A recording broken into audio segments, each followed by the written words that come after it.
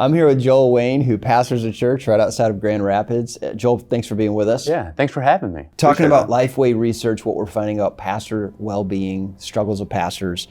I think this one's interesting. 75% of pastors researched, who participate in the research, say that they've had challenges with apathy among their church members. Yeah.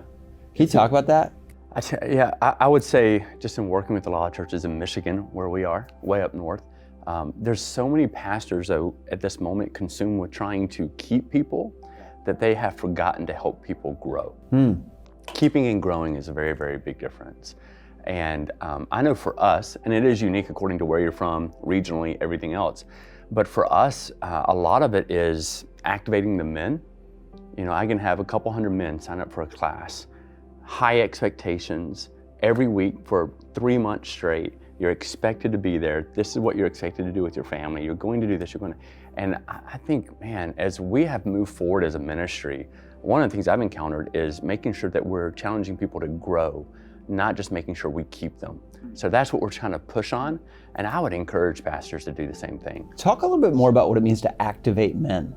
I've not heard anyone say it just like that before. Yeah, every single man in our church is expected to pray over their spouse. Every single one. Not on a daily basis, but on a weekly basis. And so that's part of that activation. So it's normal, when you have that as a standard, it's normal to come in and say, hey, did you pray for your wife this week? Like, that's a normal thing. Those accountability questions are just there. Yeah, because they may not step into, you can have accountability without being in an accountability group, right? There's a cultural accountability that we all live to, whether we know it or not, in different regards, whether it be biblical or not, doesn't matter. So if we can just create that within our churches, so for men to be activated, we expect them to pray with their wife every single week. We expect them to be the very first people to tell their kids about Jesus Christ, not to wait for the church to do it.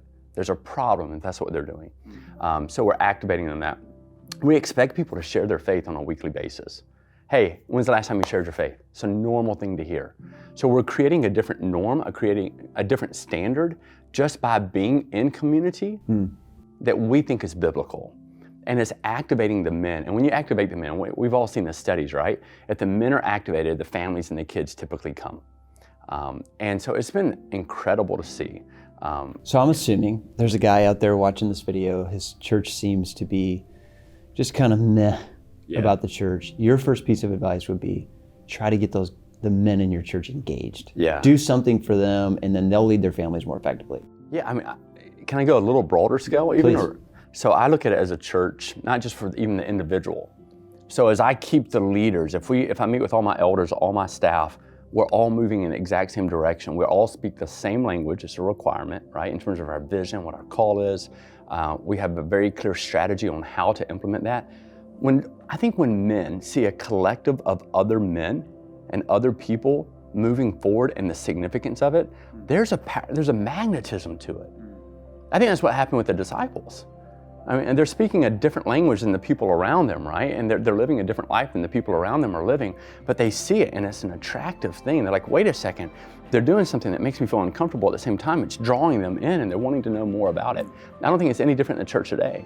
And so when a man sees this group of men on the stage and in front of them, they're living it out and they're always on the same page, exactly what God is calling them to do.